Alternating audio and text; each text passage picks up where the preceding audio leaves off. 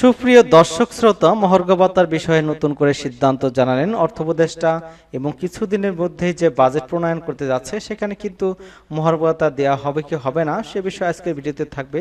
তো চলুন মূল আলোচনায়। এখানে যেটা বলা হচ্ছে যে অনলাইনে সাংবাদিক খালিদ মহিউদ্দিন এক টক শোতে অর্থ উপদেষ্টাকে বেতন বাড়ানো বা পরিকল্পনা বিষয়ে জানতে চাইলে প্রধান উপদেষ্টার পর দ্বিতীয় যে ক্ষমতাবান ব্যক্তি পে স্কেল নয় বরং মহার্ঘ ভাতার বিষয়ে সরকারের চিন্তা রয়েছে বলে জানিয়েছেন এটা অর্থ উপদেষ্টা। এখানে বলা হচ্ছে যে সরকার কি পে স্কেল দিতে পারবে কিনা, উত্তর হচ্ছে না। বাংলাদেশ ব্যাংকের গভর্নর বা অর্থ উপদেষ্টা বলেছেন যে পে স্কেল আমরা দিতে পারবো না, কারণ পে স্কেল মানে হচ্ছে শুধু বেতন বাড়ানো না, বরং এটার সাথে আরো অনেক কিছু জড়িত আছে, তাই এটি নির্বাচিত সরকার দেবেন। তবে আমরা মহার্ঘ ভাতার বিষয়টি দেখছি কিছু করতে পারি কিনা, এমন আশ্বাস তিনি দিয়েছেন। পরবর্তীতে আবার বাজার এবং অন্যান্য বিষয়ের সাথে মিলানো খুব একটা সহজ হবে না বলে কিছু নিরাশও করেছেন তিনি। কিছুদিন আগে অর্থ উপদেষ্টা বিভিন্ন সমালোচনার মুখে ইউটার্ন নেয় এবং মহার্ঘ ভাতার সিদ্ধান্ত একরকম স্থগিত করে দেয়। মহার্ঘ ভাতা কবে দেবে ব্যাপারে সরকার কিছু এখন স্পষ্ট করেনি।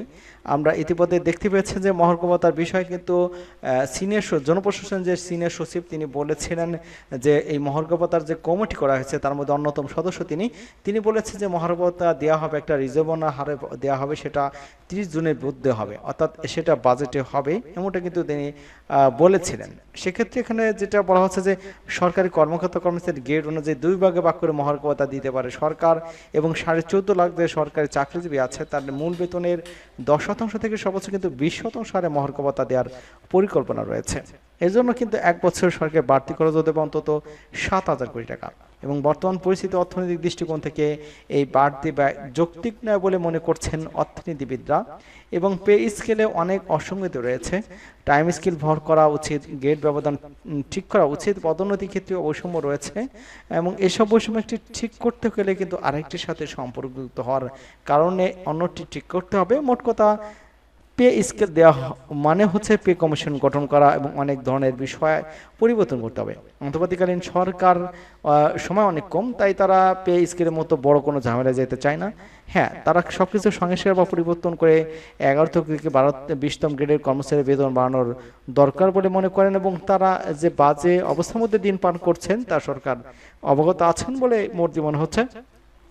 এবং ইতিমধ্যে আমরা দেখছি 11 থেকে 20তম গ্রেডের যে কর্মচারীরা আছেন তারা কিন্তু প্রধান উপদেষ্টার দেখা করতে যান এবং সেখানে কিন্তু স্মারকলিপি দিয়েছেন, এবং প্রধান উপদেষ্টার যে এপিএস সাবির আহমেদ আছেন বলেছেন যে তাদেরকে যে মহার্ঘ ভাতার বিষয়ে প্রধান উপদেষ্টা যেহেতু দেশে বাইরে ছিলেন সেহেতু তার বিষয়ে কনসার্ন রয়েছেন, তিনি আশা করি তাই বিষয়ে একটা সুরাহা করবেন, এমনটা কিন্তু তার পক্ষে বলা হয়েছে। আপনার এই যে কমিটি অফিস আদেশ একটা কমিটি করে দেওয়া হয়েছিল, মাননীয় উপদেষ্টার যে মুখ্য সচিব ছিলেন তিনি আহ্বায়ক করে সিনিয়র সচিব জনপ্রশাসন মন্ত্রণালয়ের মহাহিসাব নিরীক্ষক এবং সচিব অর্থ বিভাগ মন্ত্রণালয়ের সচিব প্রধান উপদেষ্টা কার্যালয় সচিব লেজিসলেটিভ সংসদ বিষয়ক বিভাগ অতিরিক্ত সচিব প্রভৃতি অন্য বিভাগ এরা কিন্তু এই কমিটিতে ছিলেন, এবং এই কমিটি কিন্তু তারা সুপারিশ করেছিলেন যে মহার্ঘ ভাতা দুই ধরনের, কর্মকর্তা কর্মচারীদের জন্য একটা পার্সেন্টেজ হার আর কর্মচারীদের জন্য একটা। পরবর্তী কিন্তু অর্থ উপদেষ্টা সেটা সায় না দিলে কিন্তু সেটা থেকে পিছিয়ে সরে যায় সরকার, এবং পরবর্তীতে অনেক সমালোচনার পরে কিন্তু